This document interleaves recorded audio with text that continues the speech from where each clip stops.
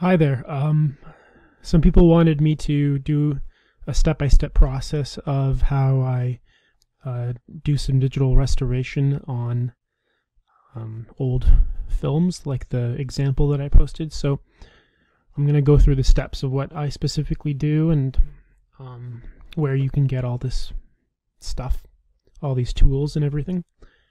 And hopefully that'll give some of you an idea of sort of where to start. It's a lot of, there's a lot of work that I've done personally to modify these scripts and, trial and error and all that stuff. I can't go through that all. It would take, it took me years to get to this area, so I can sort of give you guys a jumping off point, but you'll have to sort of experiment on your own. And every project's different. It needs a different tool or, different settings to get the result that you want. So the first step is, of course, to get your digital or your films digitally scanned and then, digitally converted. I have a place in my city that they're really good at what they do, and I trust them and everything. So finding a location where they do 2K or 4K quality scanning is important, and you have to ask them to give you the unprocessed video. If there's any sort of processing done, if they've added frames for the frame rate, or if they change the resolution, make it an MP4 file, a compressed file, it's not gonna work. You have to have the uncompressed raw file, what comes out of their digitizer when they scan your films, in order to do all these steps, because you need that source file, and that file is going to be huge. So you need a 4 terabyte, 5 terabyte drive, not for one video, but just you'll need that to do all these, because there's multiple passes you need to do, and I'm sure you'll have more than one video. You just need a lot of storage space for this stuff. So this was the scan. I'll show you what was scanned into the scanner from what film was scanned, and then I'll show you the end result, and then I'll go through the steps in between. So this here is what was scanned. They scan the whole frame. That's really important to get the full frame, because we're going to be doing some stabilization, and you want you don't want it cropped, because if you want to sort of make a stabilized area, that can then sort of, there's these bleed areas, and you want all that information to have the stabilizer work within those parameters. If you crop it, then you're going to have to crop it again to stabilize. So it's best to have the full frame. So this is the before, and then I'll show you the after quickly, and then we'll go through the steps. So this is the after here, and this is the end result after some processing. So as you can see, it's been cropped, it's been stabilized, it's been color corrected, it's been interpolated, which means like motion flow. It's frames are added digitally to smooth out, because old films are about 16 to 18 frames a second. This is interpolated up to 60 frames a second. Yeah, so of course there's a lot of noise removal going on too, so we'll go through the steps. So the first thing that I would do is use two things. The first pass I do is to use this plugin called Neat Video to do noise reduction. That's both sort of grain noise reduction and dirt removal, so the dust and everything that you see. This is probably one of the best tools for that. So I use the plugin. So the other tools that I use, I'll go through the tools first. So Neat Video, AVI Synth Plus is what I use for the rest of the restoration. Neat Video is the only non-open source tool, non-scripting tool that I use. Everything else is AVI Synth. That outputs, AVI Synth Plus is just a scripting language. That outputs to something called Virtual Dub. I use AVI Synth Plus and I use Virtual Dub 2, both the 64-bit versions. They're just, AVI Synth was the original. AVI Synth Plus just has more enhancements. So it's like a fork of the original. Same with Virtual Dub 2. Just lets you do more things, and they work in a 64-bit environment better. So the first thing I do is I created this script. Let me go to my scripts here. I created this script called stab and crop. Stab means stabilize. I use a lot of abbreviations. So, that's fine. So this basically gets the film that you're working with, and it has a bunch of settings that you'd need to mess around with to crop and change the resolution and change the stabilization. All of these I sort of grabbed from this other script called Fred. It's a Fred's 8mm filter on Doom 9 forum. So the power of AVI synth. So this guy Video Fred created this 8mm rasterization filter with a bunch of plugins.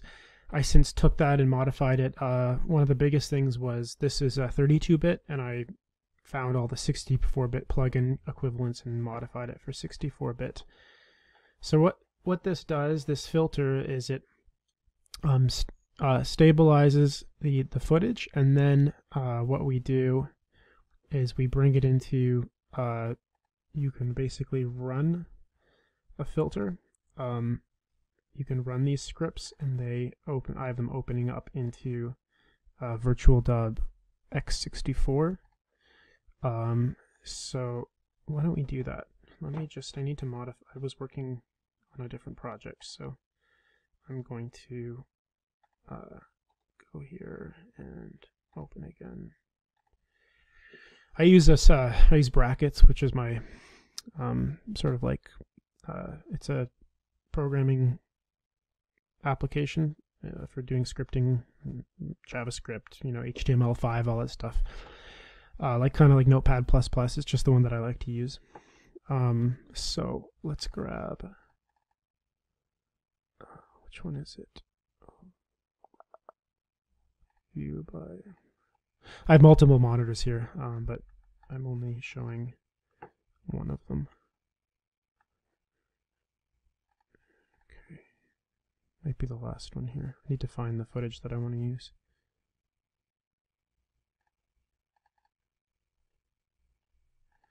Oh, actually, we'll do this. So,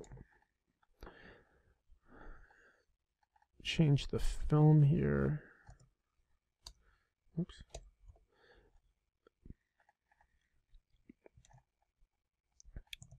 This is a .mov, so I'm going to have to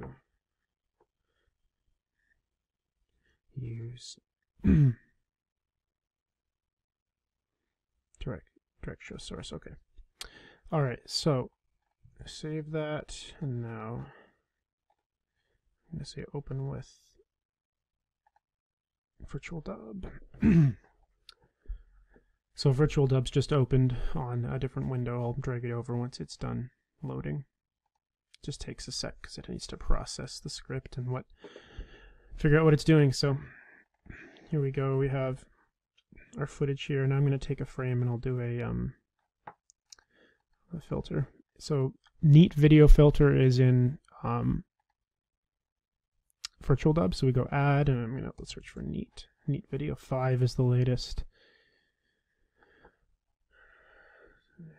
This thing loaded up over here. We say build noise profile. So now we have Neat Video loaded, and we have this. We're going to create a noise profile. So we're going to just grab. Generally, I find a frame that's the best for creating a noise profile. I'm just kind of rushing through this to show you guys. So we click Build Profile, and we say Adjust in Preview. As you can see, that automatically already, you can see the difference. This is what's filtered. You can see it's cleaning up the dust. You have a temporal filter over here that's it compares frames. Temporal filters compare frames and then uses those comparisons to determine what's noise and what's actually supposed to be the footage you want to see. So we have different filter settings. You can go through all this yourself. There's a spatial filter. Obviously there's a dust removal here, dust and scratches. That's going to increase the removal of dust and scratches and all that stuff. And let me zoom in a bit so you can see it a bit better. So you can see that's removing all the dust and scratches. Then we'd apply that process. The cropping isn't, I haven't adjusted the cropping filter, so that's why it still has the full frame here. But the end result will be, let's go over here, illustration new. The end result was this file. So all we've done at this point is stabilize and do the dust removal and noise removal. Looking pretty good. It's a little washed out still, the color's off. The frame rate is obviously much lower, so let's exit.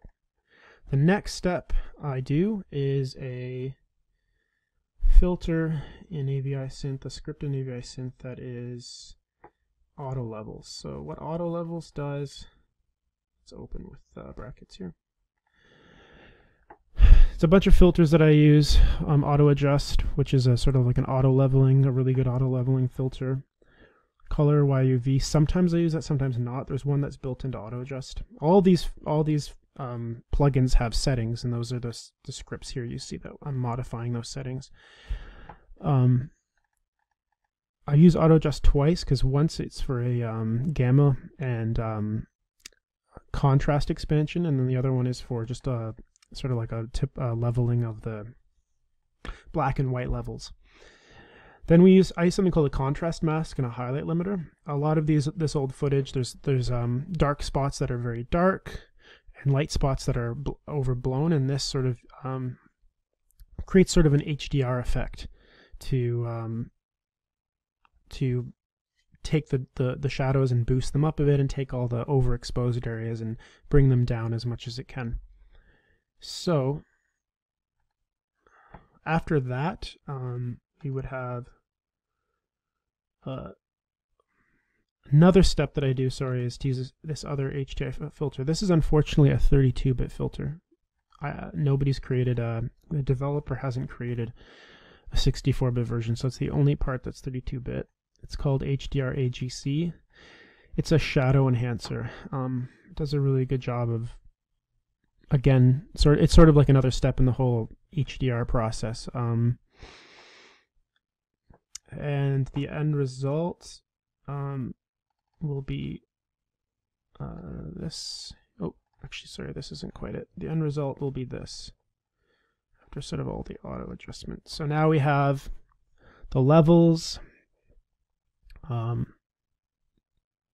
noise removal, the stabilization, and so we only have one more step after this, but it's quite a few things that happen at the end, and that is I use this script I created here out of a bunch of other ones that uses a bunch of plugins. Basically what I do is another level of noise removal, because when you do the auto leveling, it's going to bring up a lot of gain in areas. It's going to create even more noise. You kind of got to reduce the noise there after you've done your processing. I don't use Neat Video plugin again, though. I just use a noise plugin for AVI Synth called MD Grain 2, another one called Remove Grain. And then I do a bunch of sharpening with unsharp masks. That's something that the Fred filter, the Fred AVI Synth script I took from. It does a really good job of sort of sharpening edges without making things grainy again, because the whole point of this was to get rid of the grain and make it look like it was, shot nowadays versus in the 1950s. So make it look as modern as possible. The last thing is using this thing called SVP Flow. SVP Flow is a AVI Synth script that these SVP Flow guys have created, this AVI Synth plugin, which I then use.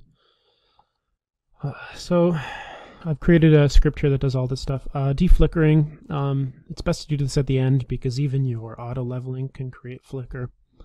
I do another level of removing dirt, which means like dust, depending on the footage. Then some denoising, and this is SV Smooth FPS is the SVP filter. I have it set to 60/1, which means 60 frames a second.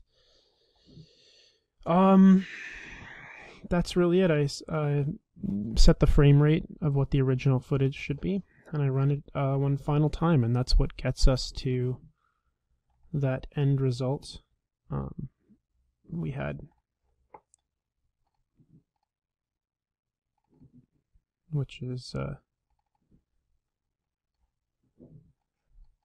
this here again. I don't know if you can see it when I full screen it, so I'll just keep it windowed. So that's after all the steps. One